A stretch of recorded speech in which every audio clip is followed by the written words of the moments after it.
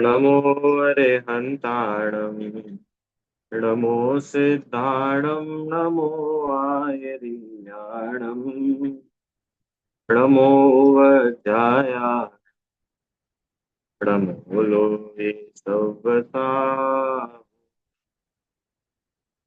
मङ्गलं भगवान् वीरो मंगलं गौतमो गणि मङ्गलं कुन्दकुन्दार्यो जैनधर्मोऽस्तु मङ्गलम् अथामर प्रणतमौलिमणि प्रभाणाम् उद्योतकं दलितपापतमोदितानम् सम्यक् प्रणम्य जिनपादयुगं युगादा स्वालम्बनं भवजले पतितां जनान् यः संस्तुतः सकलवाङ्मय तत्त्वबोधा दुर्भूतबुद्धिपटुभिः सुरलोकनाथैः स्तोत्रैर्जगत्त्रयचित्तहरैरुदारैः स्तोषे किलाहमपि तं प्रथमं दिनेन्द्रम्। भगवत मानतुंग आचार्य देव द्वारा रचित यह अद्भुत अनुपम भक्ति का काव्य भक्तामर स्तोत्र, इसका हम सभी लोग अर्थ समझ रहे हैं। और पिछली कक्षाओं तक हम लोगों ने 23 काव्यों का अर्थ समझा है।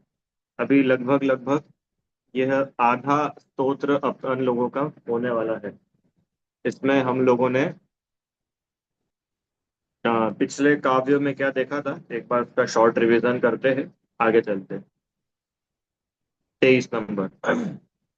त्वामा मनन्ति मुनयः परमं पुमांस मादित्यवर्णममलं तमसः पुरस्तात् त्वामेव सम्यगुपलभ्य जयन्ति मृत्यु नान्यः शिवपदस्य नान्यः शिवपदस्य मुनीन्द्र पंथ। गजब का ये श्लोक था। हम आचार्य देव कह रहे हैं कि हे जिनेन्द्र देव, आपको मुनिजन मानते हैं। कैसा मानते हैं? उदित सूर्य के वर्ण के समान, मोहांधकार से परे अमल पुरुष मानते हैं। हे भगवान, आपको जो सम्यक प्रकार से प्राप्त कर लेता है वह मृत्यु को जीत लेता है। सच कहे तो आत्म कल्याण का और आत्म कल्याणकारी मार्ग आपके चरणों के सिवाय और इस जगत में दूसरा कोई है ही नहीं। इसलिए आप ही श्रेष्ठ है। आप ही मुनियों के इंद्र हैं। अंत में लिखा ना, आ, ये शिव शिव पदस्य मुनिंद्र पंथा, मुनियों के भी आप इंद्र है। ऐसे आप अद्भुत सभी जीवों को मृत्यु से जिताने वाले आप दिनेश्वर देव है। ऐसी स्तुति 23 नंबर के काव्य में हम लोगों ने की थी। अब जो है 24वें नंबर का काव्य अपन लोग देखते हैं। तो बड़ा गजब का ये काव्य है और भक्तामय स्तोत्र का बहुत अनुपम ये 24वां काव्य है, जिसमें अनेकों अनेकों नामों से आचार्य देव ने तीर्थंकर भगवान की स्तुति करी। आइए सब मिलकर साथ में पढ़ते हैं अपन। त्वामाव्ययं विभुमचिन्त्यमसङ्ख्यमाद्यं ब्रह्माण्डमीश्वरमनन्तमनङ्गकेतुम् योगीश्वरं विदितयोगमनेकमेकम् ज्ञानस्वरूपममलं प्रवदन्ति सन्तः। बड़ा सुंदर ये काव्य है, अद्भुत काव्य। ये काव्य को पता नहीं आप लोगों ने अभी तक भक्तामर स्तोत्र का पाठ किया होगा, पर इस काव्य का अर्थ आप जब समझ जाएंगे तब आपको भक्तामर का पाठ करने में ही आनंद आएगा। अच्छा, आप में से कितने लोग यहाँ पर है ऐसे जिन्होंने कभी सिद्ध चक्र विधान किया है, कभी एक आध बार किया है क्या कोई ऐसा यहाँ पर? ठीक है, अच्छी बात है। इस सिद्ध चक्र विधान में 8 अलग अलग पूजाएं हैं। तो सिद्ध चक्र विधान की जो 8वीं पूजन है, उस 8वीं पूजन में 1024 कुछ अर्घ आते हैं। तो 1008 नामों से कविवर संतलाल जी ने जिनेंद्र देव की स्तुति वहां की है। आप लोगों को भी पता ही होगा, भगवान के 1008 नाम होते हैं, पता है ना ध्रुव? हम लोग रोज अर्घ भी चढ़ाते हैं। भगवान जिन सहस्त्रष्ट नामे भ्रष्ट, 1008 नाम भगवान के हैं। ये वास्तव में अब भगवान की स्तुति प्रारंभ हुई है। अभी तक तो आचार्य देव यहाँ तक सेट करके लाए अपने को कि आप वास्तव में सारे लोक में श्रेष्ठ है। आप ही पूज्य है। और पूरी सारी मतलब जो 22-23 काव्यों में हम सब बातें करके आए, आपके दर्शन मात्र करने से अनादि का मिथ्यात्व भी क्षण भर में शांत हो जाता है, नष्ट हो जाता है। ये सारी बात तो आचार्य देव ने की है। अब ये जो 24 काव्यों में आचार्य भगवान बोल रहे हैं, क्या कह रहे हैं? अनेकों अनेकों नामों से स्तुति कर रहे हैं, एक एक नाम का गजब गजब अर्थ है। और यहाँ तो कुछ ही नाम गिनाए, अभी अपन देखेंगे लगभग 16-17 नाम गिनाए आचार्य ने 4 लाइनों में। वास्तव में तो 1008 नामों से इंद्र भगवान की स्तुति करता है। पता है आपको? सौधर्म इंद्र भगवान की 1008 नामों से स्तुति करता है।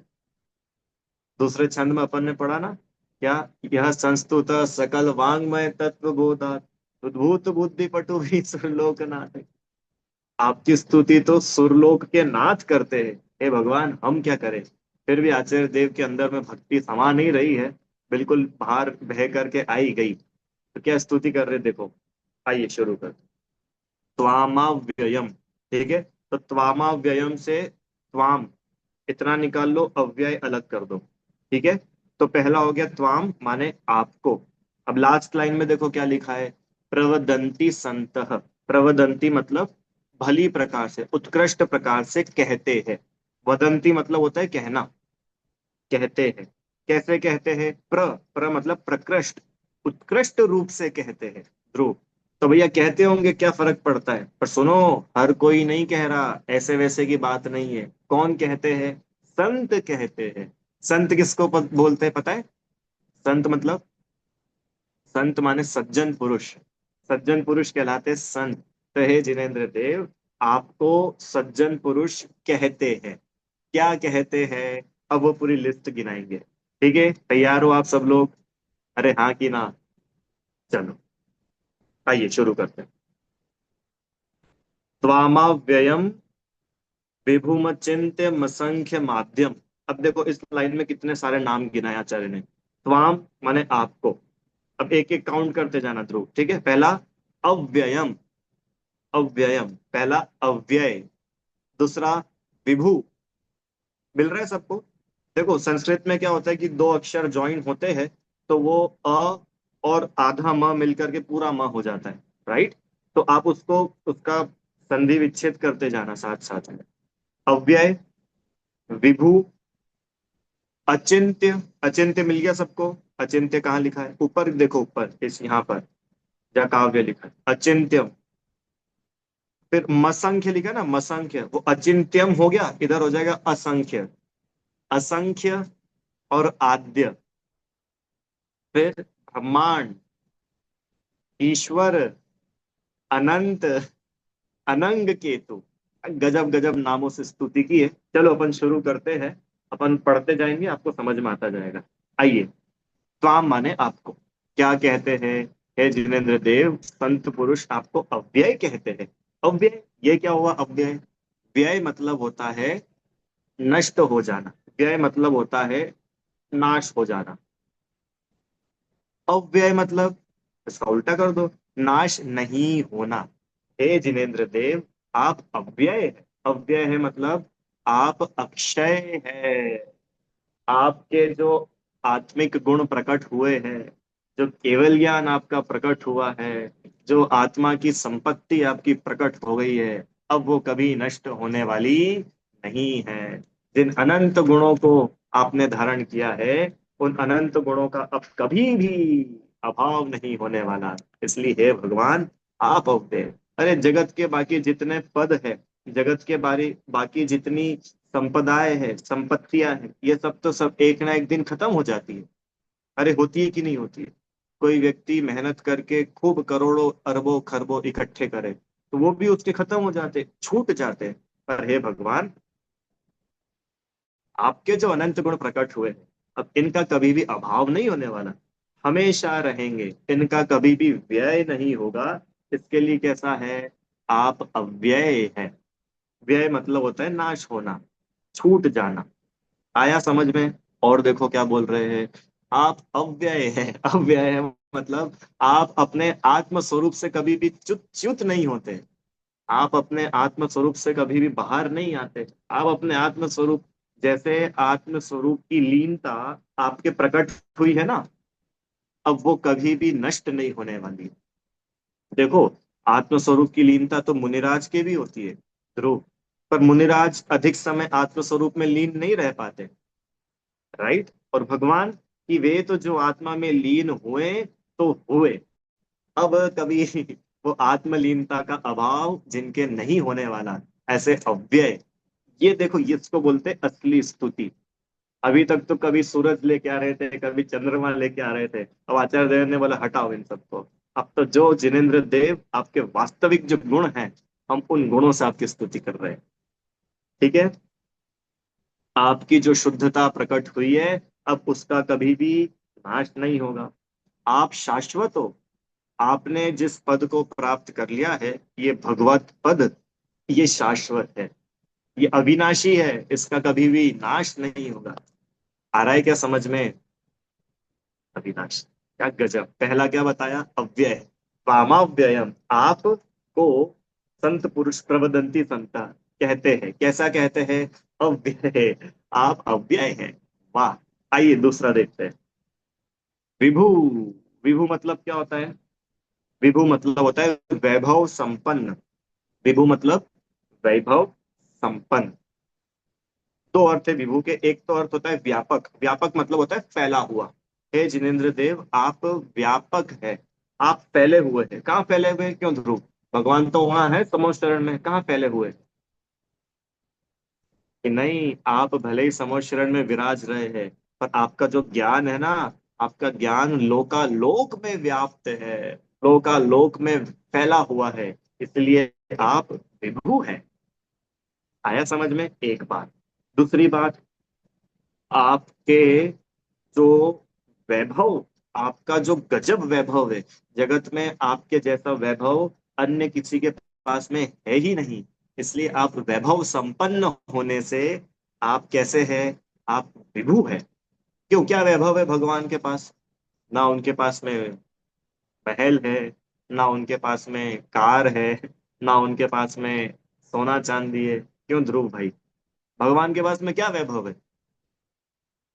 कुछ भी तो नहीं। कितनी एफडी है, कितने म्यूचुअल फंड है, कितनी पॉलिसी है, कितने प्लॉट है? क्यों? हरियन भगवान के कितने प्लॉट है मुंबई में, दुबई में? दुबई में कोई प्रॉपर्टी है कि नहीं भगवान की? अरे भैया, जिसको दुनिया वैभव बोल रही है, उसको तो वो लात मार के कब से निकल के आ गए।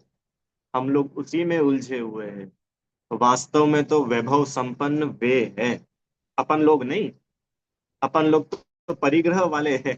परिग्रह वैभव थोड़ी होता है। अच्छा बताओ मुझे, परिग्रह पाप की गिनती में आता है कि नहीं आता है? आता है ना। तो दुनिया में जिसको वैभव बोलते, भैया इनका तो खूब वैभव है, ओ हो, चक्रवर्ती का वैभव कहना ही क्या। अरे, चक्रवर्ती का वैभव ये कोई असली वैभव है क्या?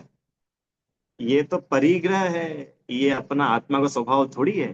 तो भैया असली वैभव क्या है फिर? जानना चाहते हो? असली वैभव, चलो बाहर की भी बात करें ना, तो समो शरण है। बताओ, समो शरण जैसा वैभव और जगत में किसी के पास हो तो? ध्रुव, आपको पता है समो शरण क्या है, कैसा होता है?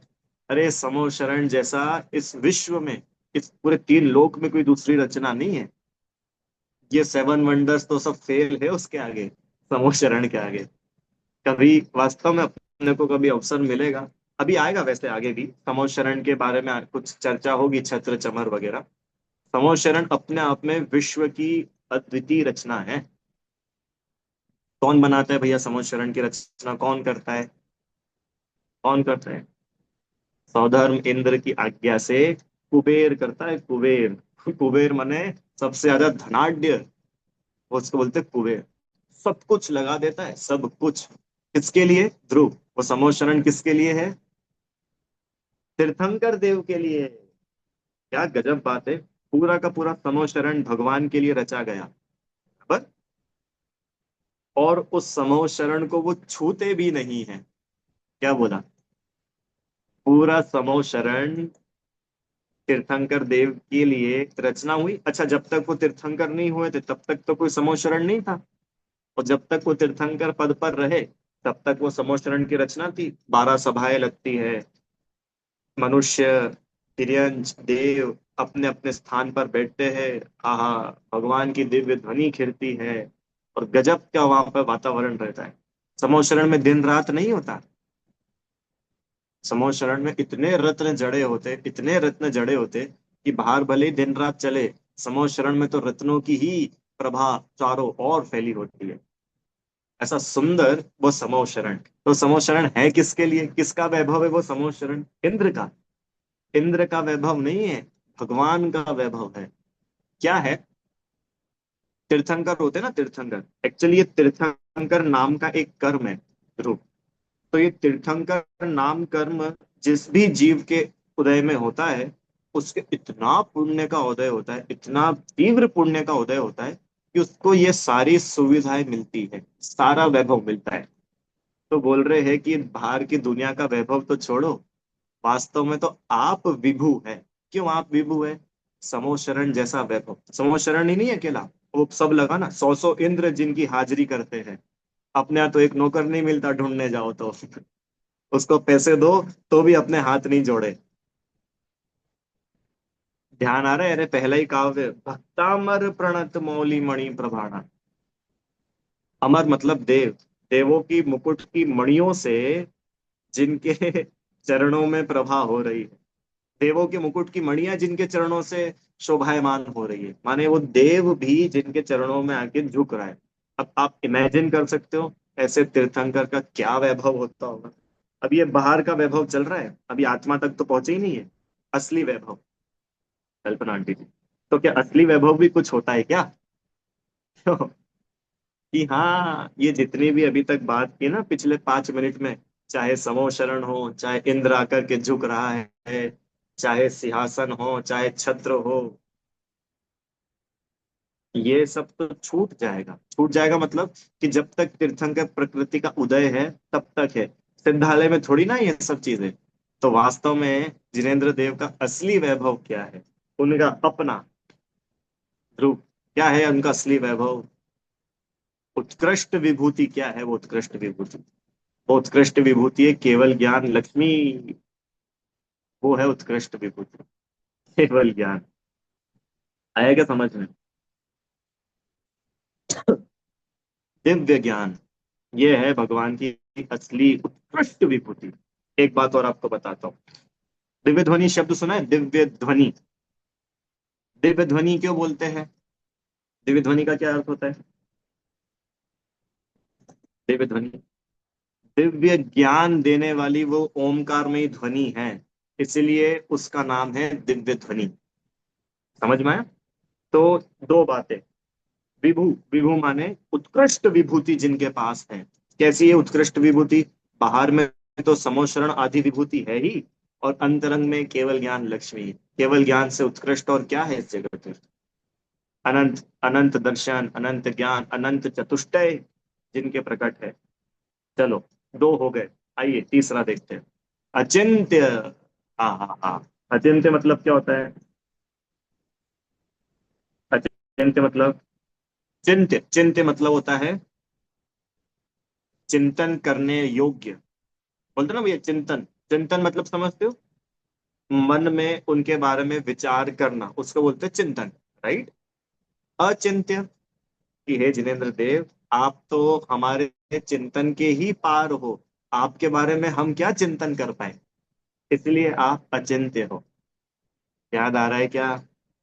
इसी भक्तामृत में पहले पढ़ा था कि वो द्वादशांग के पाठी देव, इंद्र, वो तक भी आपकी स्तुति नहीं कर सकते। नहीं कर सकते ना? याद आया? द्वादशांग के पाठी वो देव आदि भी आपकी स्तुति नहीं कर सकते, तो हम और आपकी क्या बिसात है? आप तो अचिंत्य है। अच्छा बताओ, भगवान के बारे में आप कुछ अपना चिंतन बताओ, क्या बताओगे? कहाँ तक कहेंगे? कहाँ तक कहे आपकी महिमा? उसमें आया था, इसी भक्तामर में आया था कि समुद्र समुद्र को नापने जैसी बात है आपकी महिमा कहना। तो आप अचिंत्य है, वास्तव में आपका कोई चिंतन, आपके बारे में सोचा तक नहीं जा सकता। आया अचिंत्य का मतलब समझ में? एक। दूसरा देखो, आप स्वयं चिंता रहित है, इसलिए आप अचिंत्य है। जगत के जीव तो चिंता सहित है। बात आई क्या पकड़ में? हाँ। ध्रुव, मैं हूँ, आप हो, अपन सब लोग हैं। अपन लोग सब, अपन लोगों के तो चिंता पाई जाती है, अपन लोगों के तो चिंतन चलता है। दो बातें करते, चलो पहला पहला करते चिंतन। चिंतन मतलब विचार, मनन, मन में कुछ विचार करना, इसका नाम है चिंतन। पर हे जिनेन्द्र देव, आप तो अपने मन में कुछ विचार करते ही नहीं हैं। मन में विचार करना मतलब पता है क्या होता है? क्रम से कुछ कुछ बातों को जानना, उसको बोलते हैं मन में विचार। राइट? तो ये तो अल्प ज्ञानियों की बात है। पर आप तो सर्वज्ञानी है, आप तो सर्वज्ञ है। आप ऐसे मन में कोई विचार, आपके विचार नहीं होते, तीर्थंकर देव की कोई विकल्प वगैरह नहीं होते जैसे आपको और हमको होते। इसलिए आप कैसे हो? आप अचिंत्य हो। एक और देखो, दुनिया के जीव जिनको कुछ काम करना बच जाता है ना, उनके माथे पे चिंता रहती है। नहीं आया समझ? हाँ। अरे अपन अपन लोगों के काम की लिस्ट कितनी बड़ी है। भैया बहुत सारे काम है, अभी क्लास पूरी होगी ना, उसके बाद भोजन की तैयारी करनी है, फिर हमको वहाँ शाम को उनके मिलने के लिए जाना है, और फिर ये करना है भैया, 12वीं की परीक्षा है उसकी तैयार करनी है, कॉलेज की तैयारी करनी है। बहुत सारे काम पेंडिंग है, बहुत चिंता है हमको तो। अरे है कि नहीं है? जिसके काम पेंडिंग है उसके होती है चिंता। अरे भगवान, आप तो कृतकृत्य हो गए।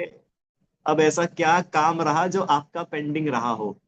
आपका कोई काम पेंडिंग नहीं है, इसलिए आपकी कोई चिंता ही नहीं बची। अच्छा, आपकी कोई चिंता नहीं बची, इसलिए आप अचिंत्य है। अरे आया क्या समझ में? क्या बोल रहे हैं? देखो, जिसके कोई काम बचता है ना, सबके अलग अलग अपने अपने लेवल के काम होते हैं भैया। किसी को घर बनाना है, तो घर बनाना उसके लिए एक टास्क है। अब वो घर बनाने से रिलेटेड चिंता, चिंता मतलब विकल्प, थॉट्स चलते रहते कि नहीं चलते रहते? यहाँ से ये लाना है, सैनिटरी का सामान वहां से ले आएंगे, ऐसे डिजाइन करते हैं, इंटीरियर ये हो जाएगा, कितने सारे विकल्प चल रहे हैं क्योंकि अभी एक काम बचा है। ध्रुव, क्या काम बचा है? घर बनाना। किसी को अपने बच्ची की शादी करना हो, तो वो काम बचा है ना। अब उस संबंधित चिंतन चिंता चलती रहती कि नहीं? कैसा लड़का मिलेगा, ऐसा लड़का होना चाहिए, यहाँ शादी करेंगे, इतना खर्चा करना है, ये गिफ्ट खरीदेंगे, ऐसी ड्रेस पहनेंगे, ये वेन्यू होगा, इनको बुलाना है, इनको इतने लोगों को बुलाना है, इनको इतने दिन बुलाना है, इनको इतने फंक्शन में बुलाना है। अरे बाप रे, कितनी सारी चिंताएं। कहाँ से आई ये सारी चिंताएं? कि अभी एक काम अधूरा है। कौन सा काम अधूरा है? शादी। राइट? पर हे जिनेन्द्र देव, आपके तो कोई काम बचा ही नहीं ऐसा जो अधूरा हो। आपके तो होने योग्य सारे काम हो गए। आप कृतकृत्य है, इसीलिए आपके कोई चिंता ही नहीं है। और आपके कोई चिंता नहीं है, इसलिए आप कैसे हैं? अचिंत्य है। ये भगवान की पूज्यता के आधार बता रहे। भगवान क्यों तीनों लोक में पूज्य? कि जगत में अन्य जीव, वे तो चिंता सहित है कि नहीं, बताओ? अरे अभी अपन हरि हरादि की बात करके आए, उनके भी चिंता है। क्या चिंता है? किसी को दुनिया चलानी है, किसी को दुनिया बनानी है, किसी को दुनिया नष्ट करनी है। तो उनके माथे पे भी काम तो है ही ना। पर हे भगवान, आपके माथे पे अब कोई काम नहीं बचा। होने योग्य जो काम थे सब आपके हो गए, आप कृतकृत्य हैं। इसलिए आप कैसे हैं? अचिंत्य। ठीक है भैया, तीन हो गए। आओ चौथा, असंख्य। आहा, असंख्य मतलब जिसकी संख्या नहीं गिनी जा सके उसको बोलते असंख्य। आप ऐसे अनेकों अनेकों उपमाओं के धारी है, इसलिए आप असंख्य हैं। आप अनेकों अनेकों गुणों से सुशोभित है, इसलिए आप असंख्य हैं। आपके गुणों की गणना करना पॉसिबल ही नहीं है। अरे कोई 2 4 5 10 50 100 हो तो गिनती हो जाए। यहाँ तो गिनती नहीं है, आपके इतने गुण हैं, इसलिए आप कैसे हैं? आप असंख्य। आया समझ में? आगे चलो। असंख्य के बाद क्या लिखा है? आद्य। आद्य मतलब होता है आदि। आदि मतलब पहले। आप आद्य है, आप फर्स्ट नंबर पर हो। फर्स्ट नंबर पर हो मतलब कि हाँ, चौबीसों में आपका पहला नंबर है। अरे पता है आदिनाथ भगवान कितने सेंस में फर्स्ट नंबर है? कितने सेंस में? देखो, तीर्थंकर, इस काल में तीर्थंकर होने वाले फर्स्ट नंबर पे है। इस काल में मुनि दीक्षा लेने वाले फर्स्ट नंबर पे है। इस काल में जिनका समूह शरण लगा ऐसे वो फर्स्ट नंबर पे है। ठीक है, तीन तो मैंने बताए, और भी बहुत सारे आपको मिल जाएंगे। ठीक है। आप बोलोगे कि भैया सबसे पहले मोक्ष भी गए थे क्या? कि नहीं, सबसे पहले मोक्ष नहीं गए थे, उनसे पहले अनंत वीर आदि का मोक्ष हो गया था। पर हाँ, इस काल में सबसे पहले केवल ज्ञान किसको हुआ था? आदिनाथ भगवान को। बाकी लोगों को, इनको सब बाद में हुआ। तो क्या बोल रहे हैं आप? आद्य है। आद्य मतलब आदि तीर्थंकर, पहले। आदि मतलब होता है स्टार्टिंग। आप स्टार्टिंग के, आप सबसे फर्स्ट है, इसलिए आप कहते हैं आद्य है। मोक्ष मार्ग के उपदेशक है, मोक्ष मार्ग का प्रवर्तन करने वाले हैं, इसलिए आप आद्य। अच्छा बताओ, इस काल में जीवों को मोक्ष मार्ग का उपदेश सबसे पहले किन से मिला? आदिनाथ भगवान से। मिला कि नहीं मिला? चलो आगे चलो। और आद्य, आद्य मतलब नंबर वन। अरे और तो और सुनो, जितने मुनि है ना, मुनि, उन मुनियों में भी आप नंबर वन है। अब प्रश्न हो सकता है कि भैया भगवान मुनि थोड़ी है, भगवान तो अरिहंत है, और मुनि तो आचार्य उपाध्याय साधु होते हैं। कि नहीं, अरिहंत भगवान भी मुनि ही कहलाते हैं। क्या बोला? अरिहंत भगवान भी मुनि ही कहलाते हैं। ये भी मुनि है। मुनियों के बहुत सारे भेद है। आप लोगों ने कभी सुना हो, तीन कम 9 करोड़ मुनिराजों की जय? सुना है? तो उन तीन कम 9 करोड़ में अरिहंत की भी गणना है। अकेला आचार्य उपाध्याय साधु ही नहीं है उसमें। ठीक है, चलो आगे चलो। तो ये हो गया आद्य। चलो नेक्स्ट क्या है? ब्रह्मांड। वाह, दो, दो तीन बातें आएंगी इसमें। ब्रह्मांड, ब्रह्मा, हे भगवान, आप ही ब्रह्मा है। कि क्या बात कर रहे हो? पहले तो आप निषेध करके आए कि ब्रह्मा, हरि, हर आदि ये सब अलग है, आप अलग हो। कि दुनिया जिनको ब्रह्मा मानती है वो ब्रह्मा नहीं। सुनो, जैसे दुनिया चार मुख वाले ब्रह्मा मानती है ना, तो वो तो कल्पनीय है। परंतु हे जिनेन्द्र देव, आप ब्रह्मा हैं। क्यों? समो शरण में आपके चार मुख दिखते हैं। समो शरण में आप लोगों ने समो शरण के दर्शन किए कभी? रियल में? रियल में इस भाव में? कि नहीं भैया, इस भाव में तो कहाँ करे। चलो ठीक है, समो शरण की मंदिर वगैरह के तो दर्शन किए होंगे। तो क्या होता है समो शरण के मंदिर में? चारों ओर भगवान। समो शरण की खासियत है कि जीव जहां बैठे उसे वहां से भगवान का मुख दिखता है। इसलिए आप ही ब्रह्मा है। और ब्रह्म स्वरूप आत्मा, ब्रह्म बोलते हैं आत्मा को, ब्रह्म स्वरूप आत्मा में ही आप लीन हैं, इसलिए आप ही ब्रह्मा है। आगे चलो। ईश्वर, ईश्वर मतलब, ईश्वर मतलब,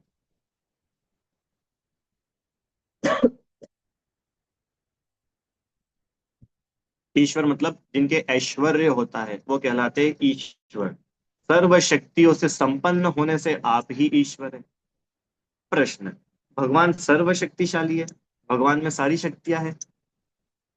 कि हाँ, आत्मा की जितनी शक्तियां है वे सारी की सारी शक्तियां इनके प्रकट हो गई है, इसलिए आप ही ईश्वर। देखो, ज- ये ब्रह्मा का एक और बताते हैं। जगत में ब्रह्मा किसको बोलते हैं? बताओ भैया। इन्होंने सृष्टि की रचना की, राइट, उनको ब्रह्मा बोलते हैं। पर हे जिनेन्द्र देव, ये सृष्टि तो बनी बनाई है, इसको तो किसी ने बनाया नहीं। पर हाँ, इस युग में वास्तव में मोक्ष मार्ग के सृष्टा तो आप हो। अरे मोक्ष मार्ग, आपको पता है तीसरे काल तक, पहला दूसरा तीसरा काल, यहाँ पर वो भूमि है, कोई कर्म भूमि नहीं होती। जीवों को कोई धर्मोपदेश नहीं होता। कोई जीव भगवान बनने का उपदेश तक नहीं सुन पाता। क्यों? क्योंकि तीर्थंकर ही नहीं होते। तीर्थंकर हो, उनके माध्यम से जीवों को कल्याण का मार्ग मिले। तो वास्तव में इस मोक्ष मार्ग के सृष्टा, इस मोक्ष मार्ग के बनाने वाले आप हो। इसलिए आप ही ब्रह्मा हो। आ रहा है क्या आप लोगों को समझ में? फास्ट हो रहा है क्या? फास्ट हो रहा हो तो आप इस क्लास को वापस से सुनना। ठीक है, चलो आगे चलो। ईश्वर हो गया अनंत। अरे भैया, थोड़ी देर पहले तो आप बोल रहे थे भगवान असंख्य है, अब आप बोल रहे हो भगवान अनंत है। ये क्या बात है? कि यही तो जैन दर्शन है। अभी थोड़ी देर बाद आना, भगवान को एक भी बोलेंगे। भगवान एक भी है, भगवान असंख्य भी है, और भगवान अनंत भी है। सबकी अपने अपने एंगल है। असंख्य तो समझ में आ गया ना, कि भाई आपकी गणना नहीं की जा सकती, आपके गुणों की गणना नहीं की जा सकती। तो भैया वो गुण हैं कितने, कि गुणों की अपेक्षा आप अनंत है। ज्ञान, दर्शन, सुख, वीर्य, चेतना, कितने कितने गुण, अनंत अनंत गुण हैं आप में, इसलिए आप कैसे हैं? आप अनंत हैं। आगे चलो। अनंग केतु। अनंग केतु मतलब अनंग केतु। अंग मतलब समझते हैं आप लोग? अंग, अंग क्या होता है? ये अंग होते हैं हमारे, हाथ पैर मस्तक, ये सब अंग होते हैं ना। भगवान को अपन करते हैं अष्टांग नमस्कार, तो वहां भी अंग आता है। तो भगवान अनंग कैसे हुए? ध्रुव। स्तुति किनकी चल रही है? तीर्थंकर की। तीर्थंकर शरीर के साथ है कि बिना शरीर के है? शरीर के साथ है ना। हाँ, अगर आप बोलोगे कि भैया सिद्ध भगवान, तो वहां तो हम मान लेंगे कि बिना शरीर के है। पर यहाँ तो शरीर के साथ विराज रहे। अभी पिछले काव्य में बात करके आए, आपका शरीर उगते हुए सूर्य के समान है। और यहाँ बोल रहे हैं आप अनंग हो। कि यही तो गजब है। शरीर साथ में भले ही हो, पर इस शरीर का कोई यूज नहीं है, इस शरीर का कोई उपयोग नहीं है। अंग मानिए इंद्रिया भले ही जिनके साथ हो, मन जिनके पास हो, पर ना वो उन इंद्रियों का उपयोग करते हैं, ना वो उन मन का उपयोग करते हैं। तो शरीर सहित होते हुए भी वो तो शरीर रहित ही है। आई क्या बात समझ में? किस किस को आई? क्या बोला रुचि आंटी? भैया भगवान शरीर सहित है कि शरीर रहित है? वे बोल रहे हैं शरीर में रहते तो हैं, पर जैसे आप और हम इस शरीर का यूज करते हैं ना, अपने कोई शरीर यूज आता है देखने में, सुनने में, चखने में। अपन लोगों का ज्ञान इतना कमजोर है कि अपने को इंद्रियों की हेल्प लेनी पड़ती है। ये शरीर की हेल्प लेनी पड़ती है, मन की हेल्प लेनी पड़ती है, इंद्रियों की, है ना। पर जिनेंद्र देव कैसे है कि भले ही शरीर हो साथ में, पर हम तो शरीर में रहते हुए ही अशरीरी है। आ रहा है समझ में? कोई मन में विचार नहीं होता? आपको पता है एक बहुत गजब की बात, तीर्थंकर देव का विहार होता है ना, विहार। अरे विहार होता है कि नहीं, अलग अलग समय समो शरण लगता है अलग अलग जगह पर। उनका विहार बिना इच्छा के होता है। ऐसा नहीं सोचते चंद्र प्रभु भगवान क्या, कि भैया चलो एक काम करो, सोनागिर बहुत बढ़िया जगह है, तो अपन 17 बार सोनागिर चल चलो। आपको मालूम समो शरण आया था चंद्र प्रभु भगवान का 17 टाइम्स सोनागिर में। तो सोच सोच के गए होंगे क्या बार बार, कि भाई सोनागिर की समाज अच्छी है, चलो वहां चलते हैं। अरे ऐसा कुछ नहीं, उनके तो सहज विहार होता है। भव्य जीवों का भाग्य, जहाँ बहुत भाग्यशाली पुण्यशाली जीव रहते हैं, सहज ही तीर्थंकर देव का उस ओर विहार हो जाता है। पर जहाँ भगवान स्थित हो जाते हैं, वहीं समोशरण की रचना हो जाती है। अच्छा, ये समोशरण धरती पर बनता है कि आकाश में बनता है? हाँ, बोलो। धरती पर बनता है ऐसा कितने लोगों का कहना है? तो भैया समोशरण के लिए एक बड़ी जमीन लेते होंगे सौधर्मेंद्र सरकार से, फिर बनता होगा। वही सरकार है, उनकी सब जमीन है भैया। धरती पर नहीं बनता है, कारण कि जिनेंद्र देव के निमित्त से एक भी जीव को कष्ट नहीं होता।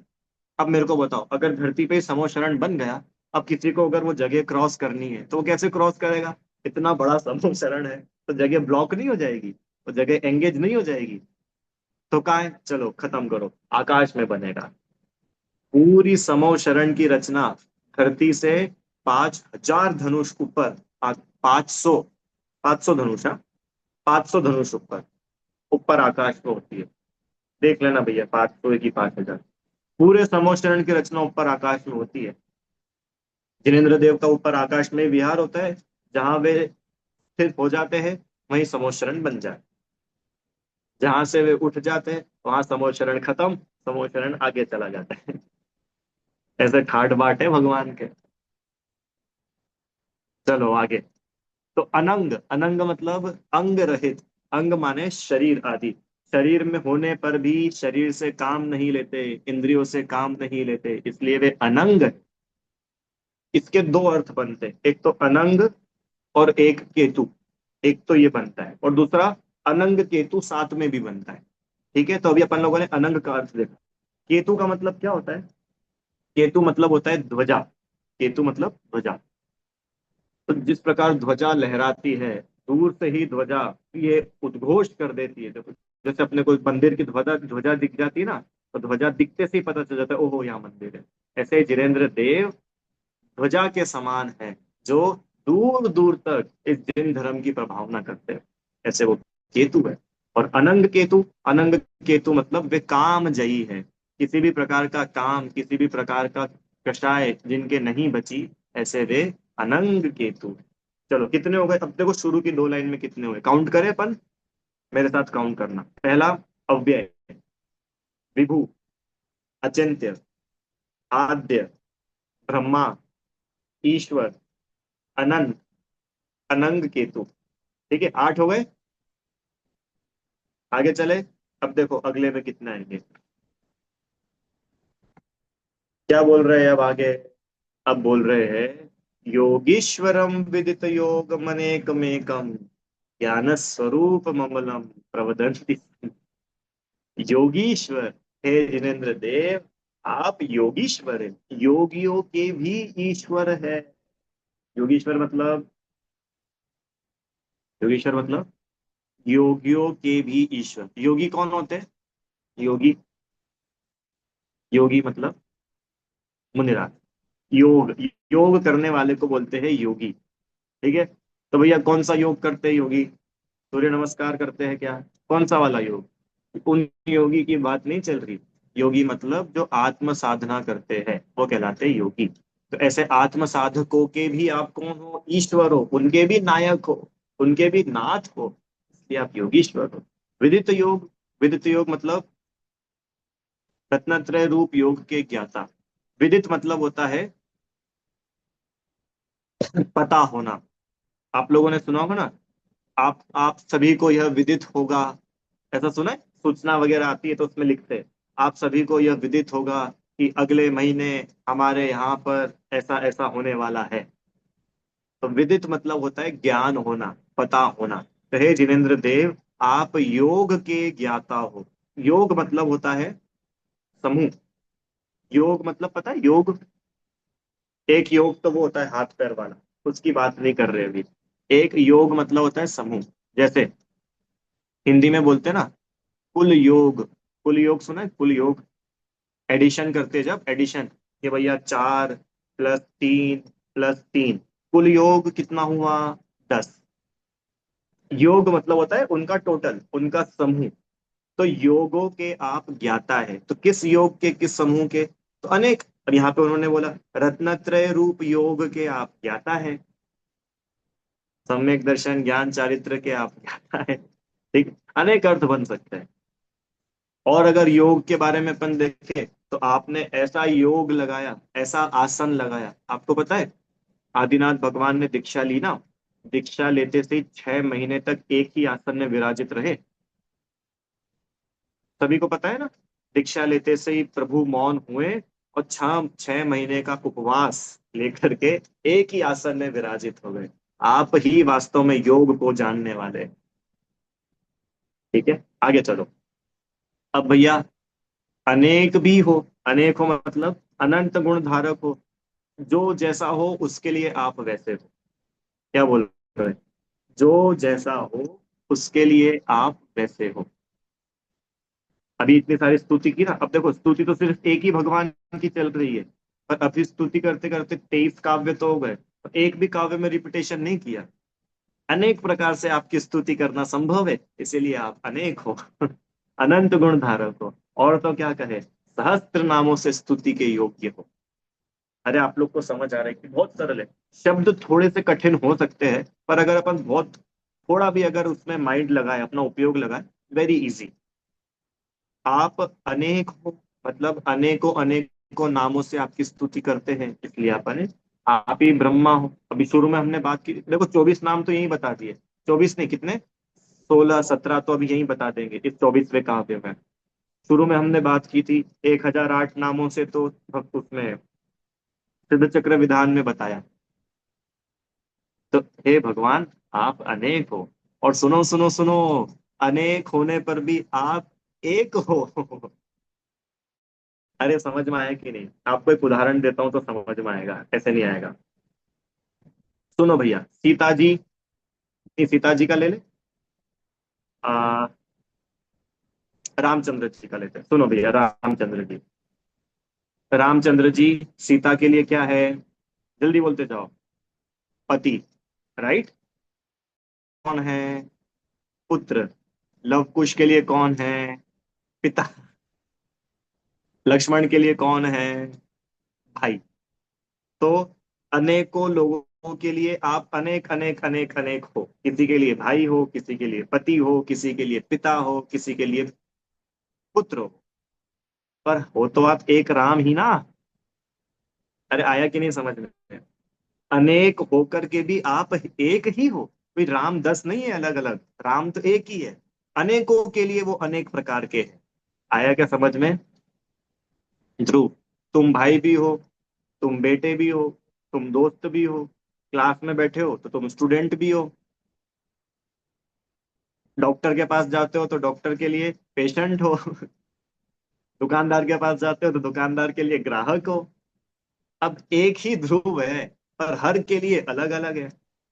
तो अनेक होने पर भी आप तो एक ही हो। आया समझ में? माने द्रव्य की अपेक्षा आप एक ही हो, एक ही द्रव्य हो आप, कोई अनेक नहीं हो। अनेकों अनेकों जीवों की अपेक्षा आप अनेक हो। अब देखो, भगवान एक भी है, भगवान अनेक भी है, भगवान असंख्य भी है, और यही भगवान अनंत भी है। आया समझ में? एक का अर्थ तो ये एक हुआ। दूसरा अर्थ देखो, आपके जैसा कोई और दूसरा नहीं है, इसलिए आप तो एक ही हो। अद्वितीय। अद्वितीय मतलब समझते हैं आप लोग? जिसके जैसा कोई दूसरा ना हो, वो है अद्वितीय। अब बताओ, भगवान के समान और कोई दूसरा कहाँ है? इसलिए आप ही अद्वितीय हो, आप एक हो। आपके समान और कहाँ है दूसरा? आगे चले। चलो, अब क्या बोल रहे? ज्ञान स्वरूप। आप ज्ञान स्वरूप हो, ज्ञान की मूर्ति हो, केवल ज्ञान स्वरूपी हो। राग द्वेष स्वरूपी नहीं हो, कषाय स्वरूपी नहीं हो, पुण्य पाप स्वरूपी नहीं हो, वीतराग स्वरूप हो, ज्ञान स्वरूप हो। केवल ज्ञान आपका स्वरूप है, ऐसा आपका ज्ञान स्वरूप है। आगे चलो। अमलम। ज्ञान स्वरूपम अमलम। अमलम मतलब मल से रहित। अमल क्या होता है भैया? मल, ये दोनों आ जाएंगे। एक तो शारीरिक मल भी नहीं है, जो सामान्य हम और आप लोगों के होता है। पता है आपको? तीर्थंकर जो होते हैं, इनके शरीर से कोई मल नहीं आता। अपने शरीर से मल आता है कि नहीं आता है? आता है। कितनी जगह से आता है? नौ नौ जगह से आता है। नव द्वार बहे घिन कारी, अस देह करे किम यारी। हाँ, आंखों से, कान से, नाक से, मुंह से, पूरे शरीर में पसीने निकलता रहता है, मल निकलता है, मूत्र निकलता है। आप और हम, हमारा शरीर तो मल वाला है। पर जिनेंद्र देव है ना, इनका शरीर अमल है। अमल है मतलब, अमल है मतलब शरीर में कोई मल नहीं रहा, शरीर में कोई मल नहीं रहा, इनका शरीर बिल्कुल स्वच्छ हो जाता है। जिस समय ये तीर्थंकर होते हैं ना, ये औदारिक देह भी परम औदारिक होती है। आप लोगों को पता हो, हम लोग जो है, जो भी जीव सामान्य जनता है, हमारे शरीर के अंदर और भी जीव रहते हैं। कि भैया कैसी बात कर रहे हो? और कौन आत्माएं रहती है हमारे अंदर? हमारे अंदर तो हम ही है। कि सुनो, अपन तो है ही। इस शरीर के आश्रय से अनंतों निगोदिया जीव रहते हैं, जो कंटिन्यू अपने शरीर में जन्म मरण करते रहते हैं। पर जब तीर्थंकर देव मतलब ये मुनिराज ऋषभदेव जिस क्षण तीर्थंकर अवस्था को प्राप्त हुए, उसी क्षण इनकी ये औदारिक देह परम औदारिक बन गई, परम औदारिक बन गई। अब एक भी निगोदिया जीव तक इनके शरीर में नहीं रहा, का शरीर कंप्लीटली स्वच्छ जीव रहित हो गया।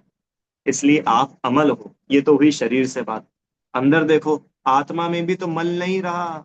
मोह राग द्वेष का मल छट गया, कर्मों का मल छट गया। छटा कि नहीं छटा? छट गया। अज्ञान का मल था, ज्ञानावरण का मल था, छट गया। दर्शनावरण छट गया, मोहनी छट गया, अंतराय छट गया। इसलिए आप अमल हो, आगे चलो। और आगे क्या, चलो हो ही गया। प्रवदंती संतः, ऐसे सज्जन पुरुष आपको कहते हैं। अब कितने हो गए? देखो शुरू से देखे अपन लोग। अव्यय, विभु, अचिंत्य, असंख्य, आद्य, ब्रह्मा, ईश्वर, अनंत, अनंग, केतु। 10 हो गए। और कितने हुए? 10 हो गए। वापस देखो भैया, सब काउंट करते जाओ साथ में। अव्यय, विभु, अचिंत्य, असंख्य, आद्य, ब्रह्मा, ईश्वर, अनंत, अनंग, केतु, अनंग केतु। कितने हो गए? 10 और एक 11। योगीश्वर 12, विदित योग 13, अनेक 14, एक 15, ज्ञान स्वरूप 16, अमल 17। 17 विशेषणों से, 17 नामों से स्तुति कर दी 4 लाइनों में। है समझ में? इस प्रकार से अनंत महिमा युक्त ऐसे जिनेन्द्र देव, और इन जिनेन्द्र देव की स्तुति करने का, इसको पढ़ने समझने का अपने को सौभाग्य मिला। अब कभी आप भक्तामृत स्तोत्र का पाठ करो, तो ये 24 नंबर का जब काव्य आए ना, तो थोड़ा चवर वगैरह को आराम दे करके, अपने पैरों को आराम दे करके, शांति से बैठ के एक आध नाम पर ही विचार कर लेना कि जिनकी स्तुति अपन कर रहे हैं वे वास्तव में कितने महान है। वे योगीश्वर है, ये ज्ञान स्वरूप।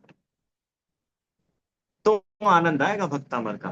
नहीं तो क्या होता है, म्यूजिक टीम आती है, गाने वाला आता है, और अपन तो क्या करते हैं कि भैया बस एक संस्कृत हो जाता है, एक हिंदी हो जाता है, बस बाद में क्या रखा है, दूध रखा है कि पेड़े रखे हैं, बस खिलाओ पिलाओ छुट्टी करो।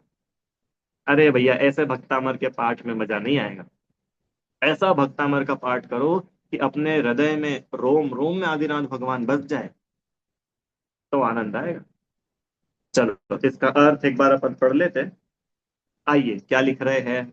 हे प्रभु, संत जन, सज्जन पुरुष आपको, स्पिरिट मिस टाइप हो गया थोड़ा, आपको अक्षय, अव्यय माने अक्षय, विभु, मैं ब्रैकेट नहीं पढ़ूंगा, आप लोग देखते जाना। आपको अक्षय, व्यापक, उत्कृष्ट विभूति से सुशोभित, अचिंत्य माने मन के भी अगोचर, गणनातीत, आदि तीर्थंकर, आत्मलीन माने सकल कर्म रहित, सिद्ध परमेश या शुद्धात्मन, अथवा सर्वशक्ति संपन्न, अनंत गुण संयुक्त, अनंत चतुष्टय धारक, काम के लिए केतुवत कामजयी या अशरीरी, मुनियों के नायक, योग वेत्ता, रत्नत्रय योग के ज्ञाता, अनंत गुण धारक, सहस्त्र नामों से स्तुति करने योग्य, अद्वितीय ज्ञान मूर्ति, केवल ज्ञान स्वरूपी, कर्ममल रहित, त्रिकाल शुद्ध स्वभावी, आदि अनेक नामों से संबोधित करते हैं, कहते हैं, आपका स्मरण करते हैं। इस प्रकार से ये बहुत ही सुंदर स्तुति, वास्तव में ये जो 24 नंबर का काव्य है ना, अपने आप में बहुत अमेजिंग। ऐसा नहीं कि कोई काव्य छोटा, कोई बड़ा, कोई स्पेशल, कोई कम स्पेशल, पर अपने आप में बहुत गहरे अर्थों को लिए हुए ये 24वां काव्य है। तो हम और आप सभी बहुत ही भक्ति के साथ वास्तव में इसका अर्थ समझ करके सच्ची जिनेन्द्र देव की स्तुति करें, तो अपन सबको ही लाभ होगा। ऐसी भावना से अभी इतना ही रखते हैं। किसी को कोई प्रश्न हो तो आप पूछ लीजिए। भैया इतने सारे नाम बता दिए, कहाँ से प्रश्न होगा? कुछ समझ तो आए पहले कि कोई बात नहीं, आप वापस से पढ़ोगे ना, आपको समझ में आ जाएगा। ठीक है, जिनवाणी स्तुति करते हैं। हे जिनवाणी भारती, तो ही जपू दिन रैन, जो तेरी शरणागत है, सो पावे सुख चैन। जा वाणी के ज्ञान से तुझे लोकालोक, तो वाणी मस्तक नमो सदा देते हूँ धूप।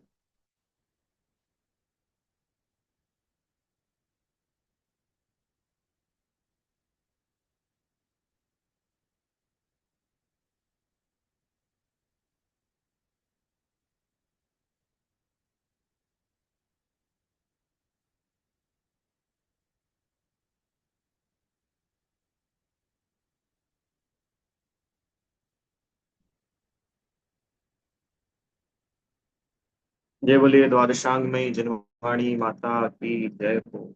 महान जैन धर्म की जय जिनेन्द्र। कल भी इसी समय दोपहर में क्लास लगेगी।